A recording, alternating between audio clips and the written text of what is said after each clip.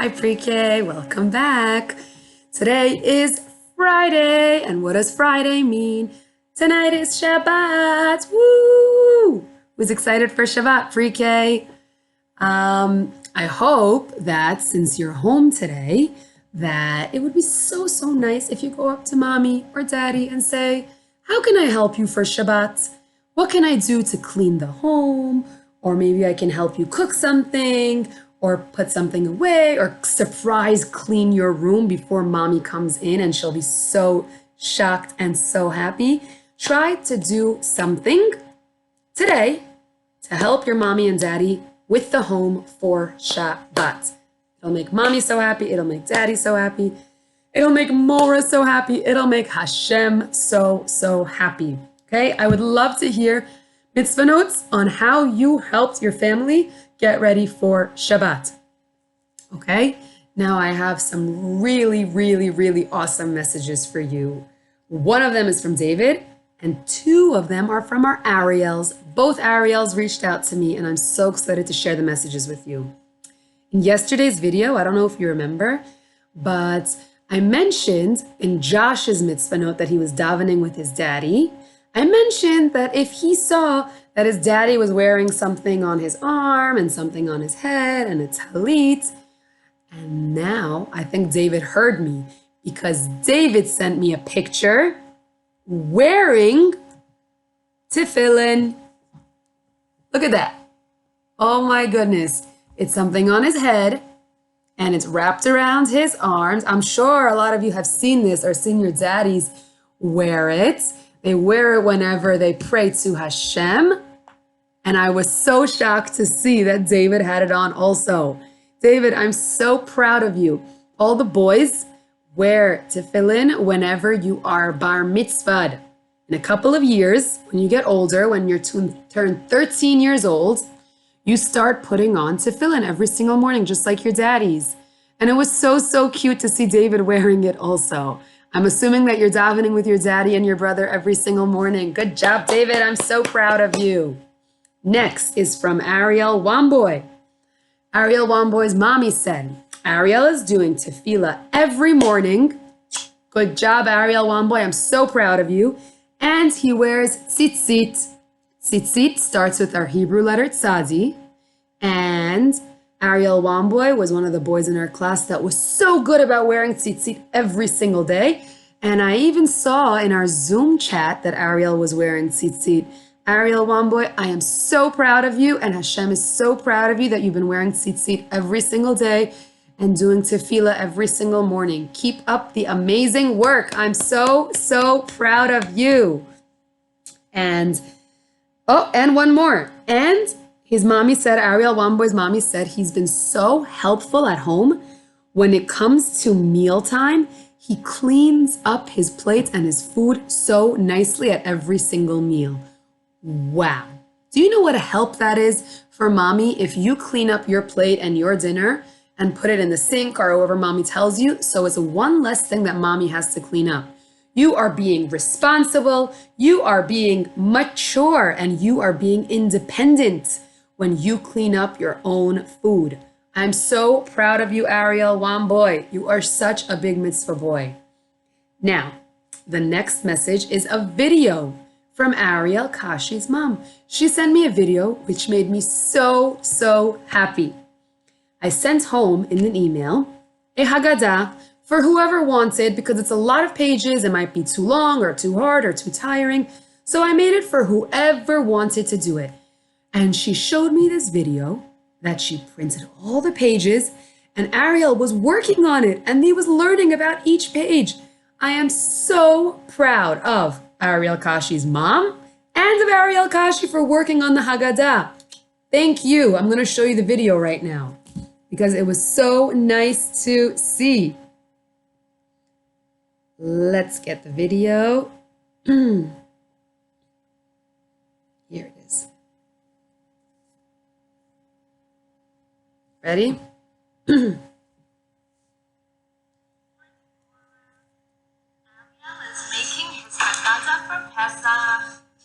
we just started working on it today, right, Ariel? Yeah.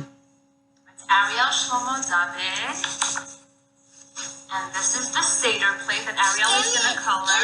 Gimme. And Ariel, how many cups of wine is there? 1, 2, 3, 4. There are 4 cups of wine that Ariel's going to color. And we went over how we dip the parsley in the salt water. Ariel, say hi to your Mora. Hi, Mora. And Ariel's coloring in all the plagues, right?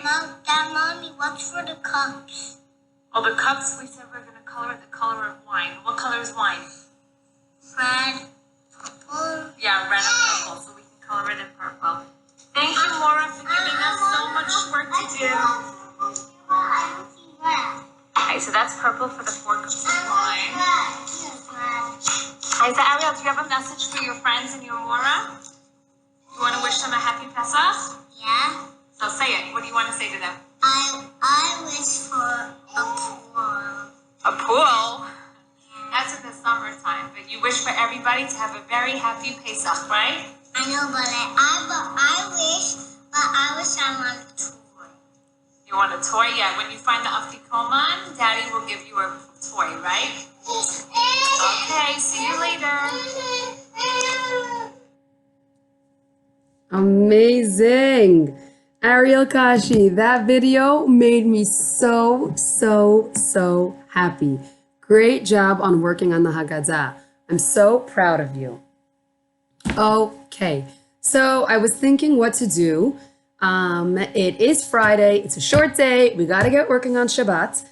But I thought I would read you a story about Pesach. It's called The Mouse in the Matzah Factory.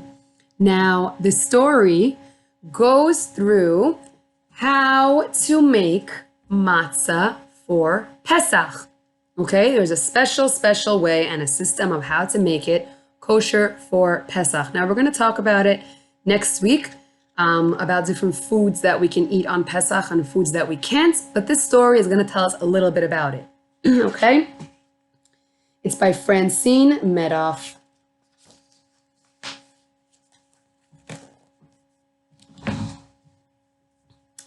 Once there was a little mouse who lived in a wheat field in the country.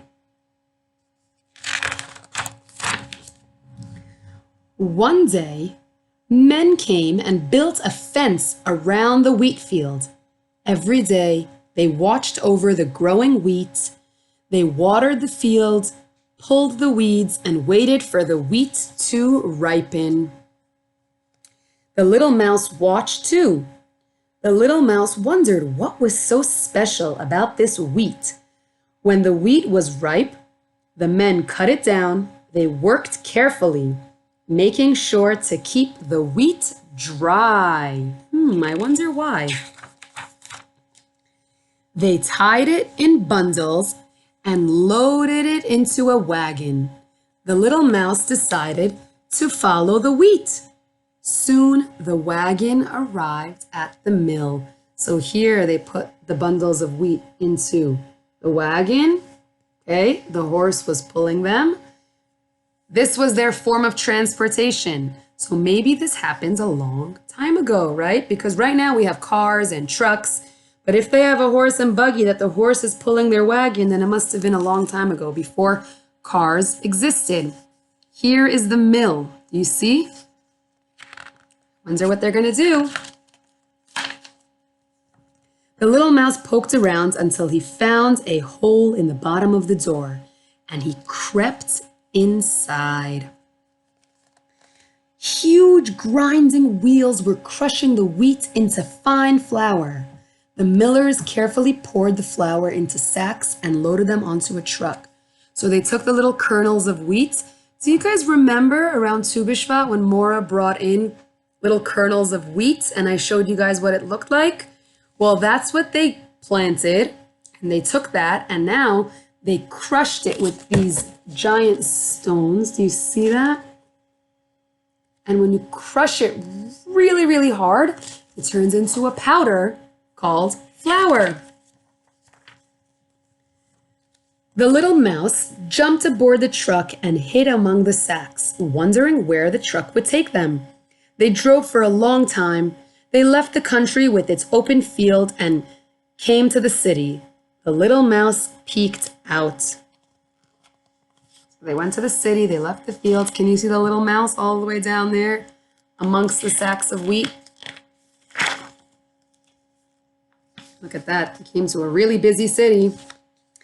He saw tall buildings. He saw crowds of people. He heard the noise of cars and trucks on the street.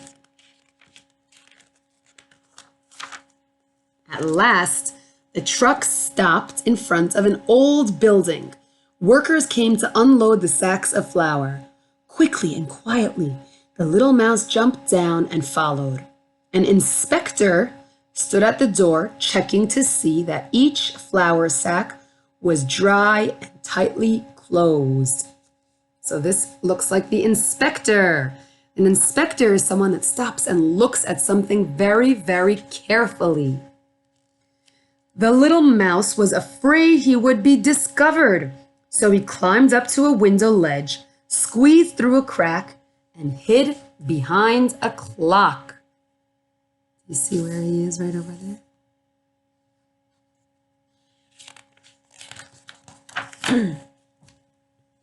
He saw a large room with many people.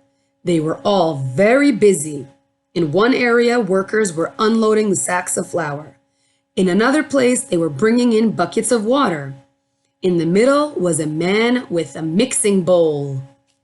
So here's the man in the mixing bowl. Here's somebody holding flour. Here's somebody holding water.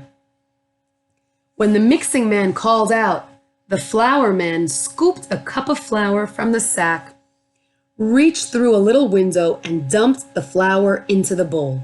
When the mixing man called out again, the water man filled his pitcher with water, passed it through his window, and poured the water into the bowl.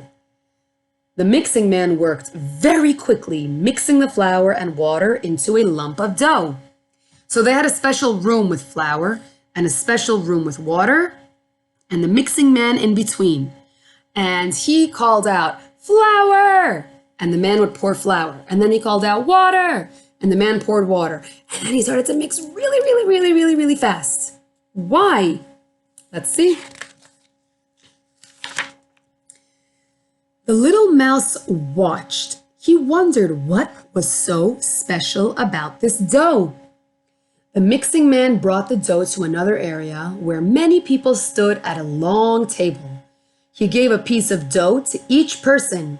They quickly rolled their dough into circles.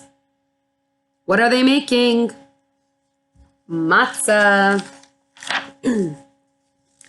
The circles were passed to another table where a woman poked holes into them with a special tool. It's right here. You see it? It looks like a rolling pin with like sharp points sticking out of it. She lined up the circles on a rack near a brick oven, and then she put them on the rack behind her. The baker slid the circles into the oven. Minutes later, they were crisp and brown. A delicious smell filled the room as he took them out of the oven and placed them on a rolling cart. So he put them quickly in the oven and then took them out. All of a sudden, a bell rang. The people began to clean their work areas. They scrubbed the tables, sanded down the rolling pins, and washed and dried the bowls. Anybody see that number? That's an important number that we're going to talk about. When they were finished, the mixing man reset the clock and called out for more flour and water. So there was a bell that rang. Everybody quickly cleans everything, and then they started again for more flour and more water? Why? The little mouse couldn't resist the delicious smell. He followed the cart into a room where people were packing the baked circles into boxes and tying them with string. Look at all those matzot. Families were standing in line to buy the boxes. He hopped onto the counter to take a peek. So all the families came out before Pesach to buy matzah from the matzah factory. This is what he read on the box. This matzah is made of wheat, which has been watched from the time of harvest through the time of baking. That's right, the little mouse thought. I watched this matzah. I watched it from the time the wheat began to grow in my wheat field. I watched it being harvested. I watched it being ground into flour. I watched it being mixed into dough. And I watched it being baked into matzah. The little mouse felt very important. He decided it was time to return to the country. Soon, more wheat would be planted. He wanted to be home in time to watch it again. That was a cute story. Pre-K, when we eat matzah on Pesach, it's a little bit different from the matzah that some of you might eat during the year. There is something called shmura. Shmura means to watch over. Now, when matzah factories make matzah for the nights of Pesach, right, the circle round matzahs that you might see in your home, they have to watch that matzah and that flour before making it from the very beginning, just like the mouse who was in the wheat field. He said they were watching it, they were planting it, they watched it grow, then they made sure it didn't touch any water, and they took it to the mill to get ground into flour. They watched it the whole time until it got to the matzah factory. And then at the matzah factory, they had to work very, very, very quickly. There was a special timer that would count 18 minutes. That's a special number, 18 minutes. When the bell rang, everybody quickly had to wash everything and start again. Because when something is chametz, like challah, it sits with water for more than 18 minutes. Matzah is not chametz because it is made in less than 18 minutes, meaning in under 18 minutes, not more. We don't let the matzah rise. We make it really, really quickly, and we get it in the oven before 18 minutes in order for it not to be chametz and for us to eat it on Pesach. And that's what the story was about. We're going to talk a lot more about chametz next week, but this was just to teach you a little bit about it before we learn more details about what is chametz and how matzah is made. I hope everybody has a wonderful and happy and fun Shabbat with your families. More Shuli and more Gabby send you so much love and wish you all a Shabbat Shalom. Bye. See you next week.